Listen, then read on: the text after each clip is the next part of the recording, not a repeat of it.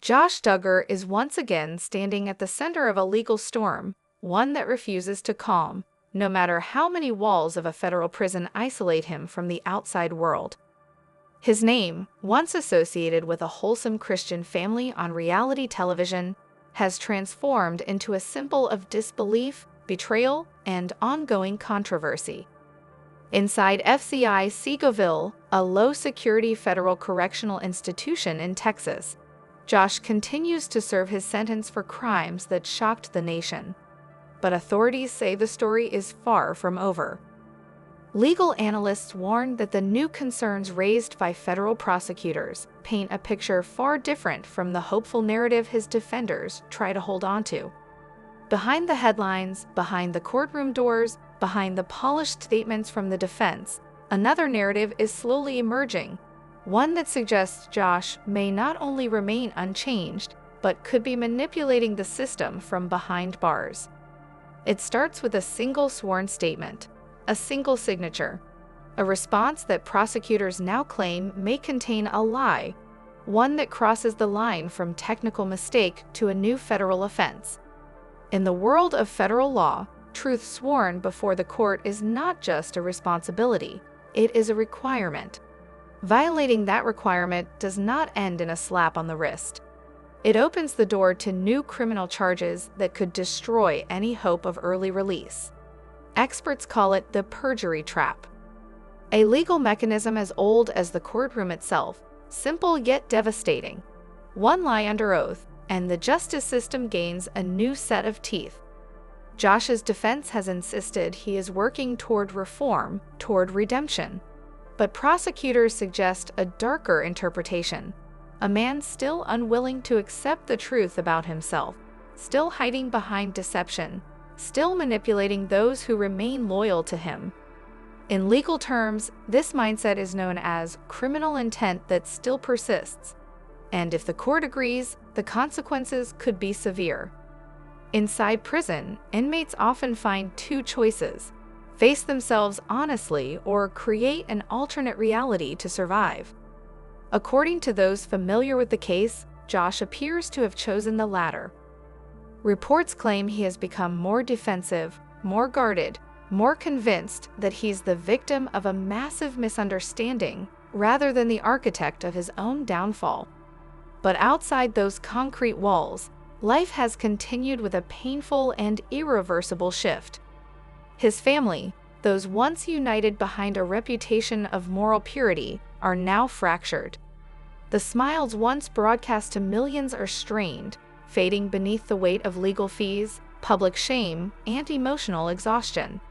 His wife, standing outside court buildings through every hearing, gripping her binder of documents with trembling hands, continues to fight for him. Not because the facts are in his favor, because love makes denial easier than facing the truth. Witnesses describe her walking down courthouse steps with eyes brimming with tears, yet refusing to let them fall in public. Her loyalty is unwavering, but so is the damage she carries. Every headline cuts into her dignity. Every court ruling crushes another piece of hope. Some see her as a symbol of strength. Others wonder if she is just another victim, one too close to see the truth. Meanwhile, prosecutors are quietly building. They are experts in patience. Every new element of deception, every questionable communication, every discrepancy in Josh's statements becomes another brick in a case that could extend his imprisonment well beyond the original sentence. They believe his story is not completed, it is evolving. Public reaction has also shifted. Where there was once shock, now there is resignation. Where there was once debate, now there is clarity. Many who once defended him now speak about the lessons families must learn.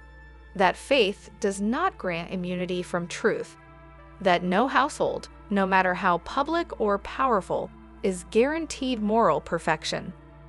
This is a wake-up call for communities who once used the Duggar family as a banner of disciplined, righteous living. The banner is torn now, not because of one man's fall, but because of what that fall revealed, the danger of blindly trusting appearances. Life, Law and morality have collided in this case, and the fallout continues. Inside prison, rumors circulate that Josh struggles to accept his reality. Not outwardly, he maintains a stoic posture, but internally, he battles both anger and denial. Some inmates claim he distances himself, clings to superiority. Others say he preaches innocence to anyone willing to listen. Whether these observations are accurate or exaggerated, one truth becomes clear: Josh Duggar is not adapting, he is resisting. The court, however, sees resistance differently. Resistance can be a sign of future risk. If a man refuses to recognize his wrongdoing, what assurance exists that he will not repeat it? If he continues to lie, what protection does society have? These are the questions shaping the new legal tension surrounding Josh. Every time his name returns to a courtroom, a new scar forms on the family's legacy. His children, young, innocent, and unaware of the full depth of the situation, are growing up in a reality shaped by mistakes they never made. Their mother, shielding them as best she can, faces a future filled with uncertainty. She stands alone outside the facility gates after visitation hours, staring inside, hoping the man she married still exists somewhere behind those walls. But hope is fragile when evidence continues to stack against it. This is no longer the story of a fallen celebrity. It is a story of accountability, of truth demanding to be acknowledged. Legal scholars describe the situation as the second collapse, the moment when attempts to hide a crime become the crime itself. And once that collapse begins, it rarely stops halfway. As new investigative work unfolds, attorneys warn that prosecutors will not move until their foundation is solid. But when they do move, the blow could be irreversible. The next steps in this legal battle will shape not only Josh's destiny, but also the future of everyone connected to him. It will test systems of justice, resilience of family, and the strength of truth itself. If this perjury allegation gains traction, if evidence proves he knowingly lied under oath, then the next chapter of his life will not be written in freedom. It will be carved deeper into concrete, bars, and ironclad sentences. And as federal scrutiny intensifies, one thing becomes clearer every day. Josh Duggar's story is not winding down. It is rising again toward a new and uncertain peak. Inside those prison walls, time has a different rhythm. Minutes stretch into hours, and days blend into one another. Yet for Josh Duggar, the most unsettling part is not the confinement. It is the relentless awareness that outside, his life is unraveling without him. Every court filing, every investigative update, every shift in public perception is a reminder. His reputation is no longer within his control. Those who once stood firmly behind him are beginning to feel the emotional and societal cost of their loyalty. Some family members avoid the topic altogether. Others speak only in carefully structured statements, designed to protect what remains of their own public identity.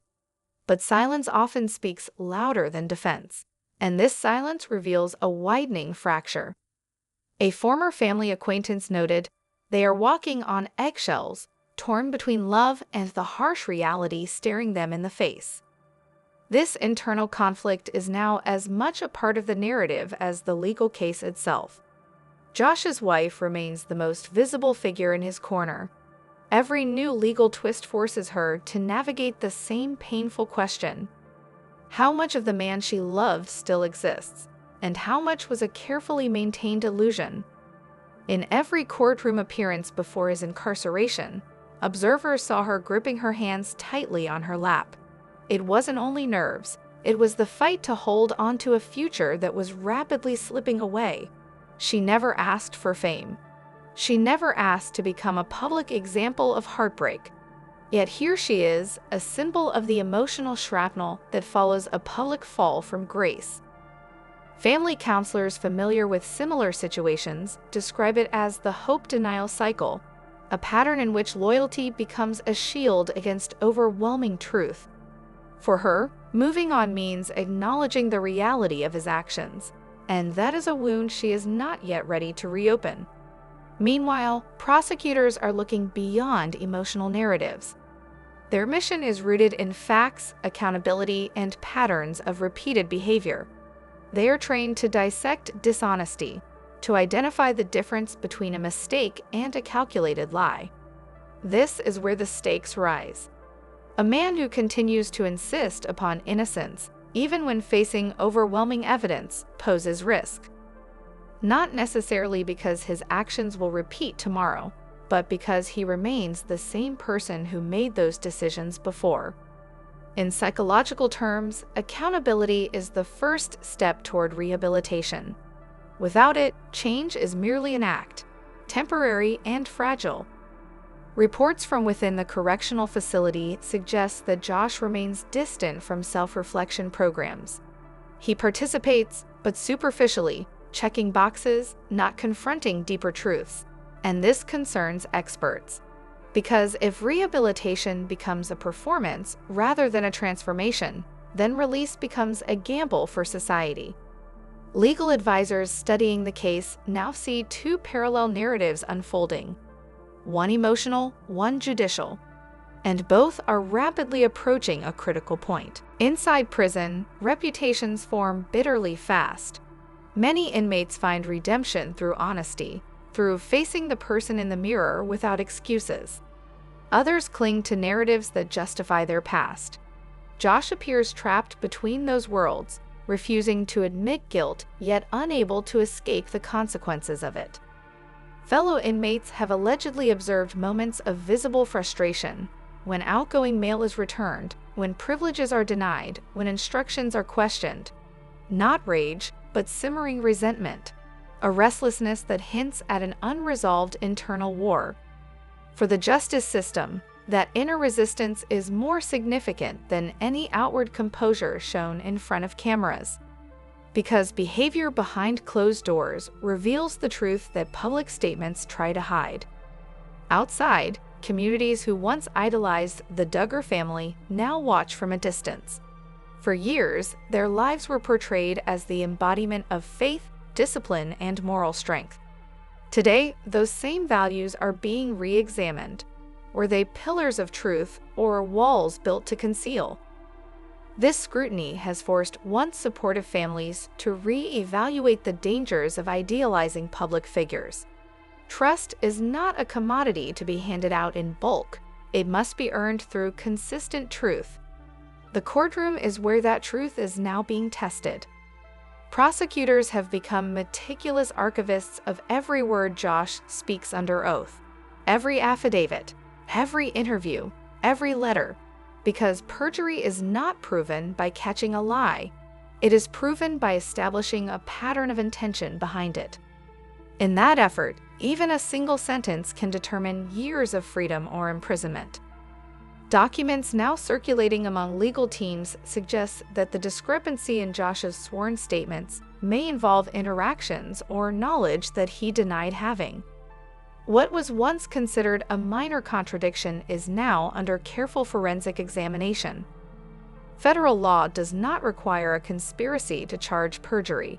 It requires only that a statement was knowingly false at the moment it was made. If the evidence truly supports this path, prosecutors may argue that Josh attempted to manipulate the court again. And if that argument holds, the consequences will be swift. There is no applause in a courtroom when justice is served, but there is a collective exhale, a reminder that truth, though delayed, still matters in this world. For the Duggar family, that exhale may be mixed with sorrow. Children who once saw their father as strong, protective, and worthy of admiration will face a new chapter defined by absence, questions, and quiet explanations from relatives. They did not choose this story, but they will live inside its pages for years to come. His wife, trapped between love and reality, is navigating an emotional landscape filled with landmines, every step a battle between heart and mind. The weight she carries cannot be measured in public statements or photographs taken outside courthouse doors. society often underestimates the pain of those left behind. As the legal pressure mounts, she now stands at a crossroads invisible to the cameras. Will she continue to fight for a man the justice system believes must be held accountable? Or will she eventually choose to protect her children from a future defined by courtroom after courtroom? Her silence suggests she has not yet found the answer. Federal prosecutors, however, appear to have found theirs. Every new movement around this case signals growing certainty. Investigators do not reopen questions out of mere interest. They do so when something unresolved continues to demand attention. And in this situation, the unanswered questions are too significant to ignore. The world once watched Josh Duggar's life unfold with fascination and admiration. Now, that same world watches with caution and reflection. How does a man praised as virtuous fall so completely? And what prevents that fall from happening again? The next legal actions will not only determine how long Josh remains behind bars, they will serve as a broader message about accountability in public faith communities, about the danger of unchecked trust, and about the importance of truth in rebuilding what has been broken. This story continues to evolve. The tension continues to rise, and the consequences continue to grow. The courtroom doors have not closed on Josh Duggar's chapter. They are opening again, preparing for what may come next. Josh Duggar's children remain at the heart of every discussion that continues to unfold, as advocates, professionals, and even those once close to the family attempt to make sense of the emotional fragmentation happening around them. In the quiet corners of Arkansas, where life once seemed simple and strongly guided by faith, whispers now echo through neighborhoods and church halls about what the future truly holds for the Duggar legacy. People who once spoke with certainty now speak with hesitation. They avoid pointing fingers but cannot avoid asking, how did a man raised in such strict moral surroundings drift so far from the very values preached before millions on television? Some psychologists analyzing the situation suggest that environments built on extreme doctrine may sometimes create fragile emotional structures, places where mistakes are hidden instead of healed, where image becomes more important than accountability. They argue that children raised in such systems often learn early that they must uphold perfection at any cost.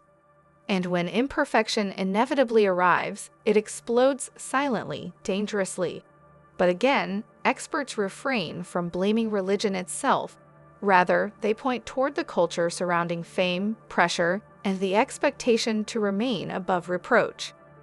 Meanwhile, Anna Duggar continues to exist in that silent crossroad where past love and present pain wage a quiet war inside her heart.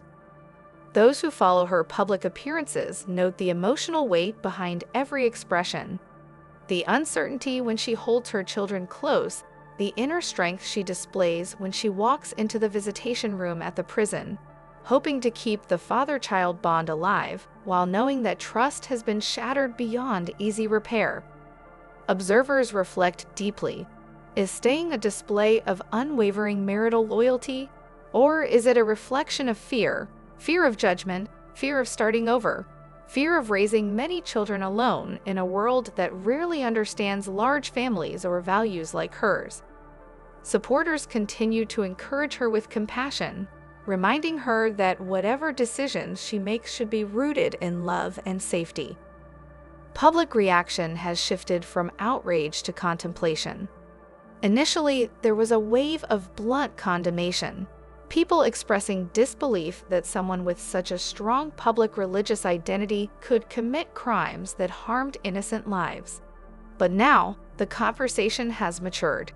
Many families who had once admired the Duggars now use the situation as a sobering reminder that outward righteousness is no guarantee of private purity. They emphasize that every community, no matter how polished, needs accountability, mental health awareness, and space for truth instead of silence. Inside the prison walls, sources close to correctional counselors suggest that Josh has struggled to adapt emotionally. The charismatic confidence once seen on television has dimmed significantly. He participates in rehabilitation programs, but professionals note that true healing requires deep internal confrontation, honesty not only with others but with oneself. That process is long, lonely, and often painful. Through all of this, the children grow. Every birthday marks not just age but distance. Distance from the life they once lived. Distance from the father who is no longer there at bedtime. Distance from the cameras that once celebrated their innocence. Teachers and child welfare advocates emphasize how crucial emotional guidance is for children experiencing unexpected separation. Their resilience is hopeful yet fragile. Former fans reflect on the bigger picture. A family once portrayed as ideal has now become a mirror for society to examine the limits of blind admiration. Fame built upon a constructed image can collapse when truth finally demands its place.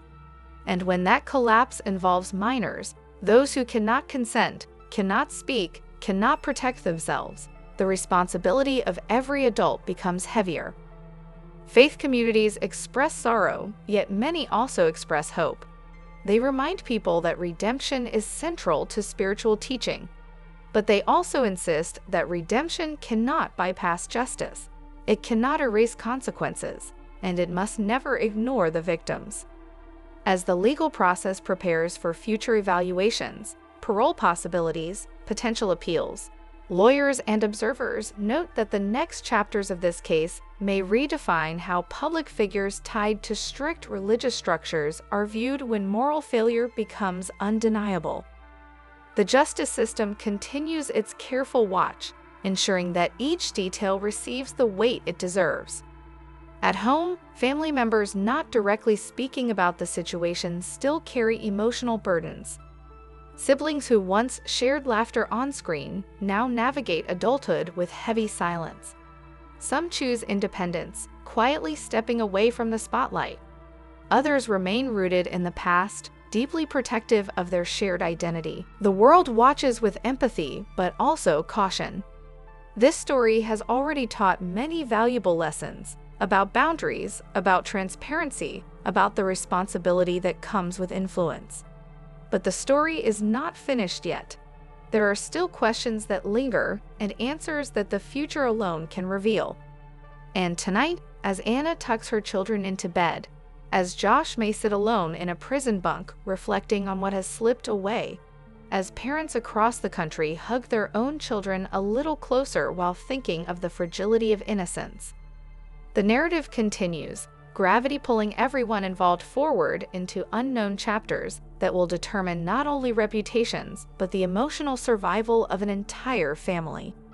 And right as people begin to wonder if the family can ever rebuild a path forward, new developments arise, ones that bring fresh emotional weight and renewed public attention. Thank you for watching.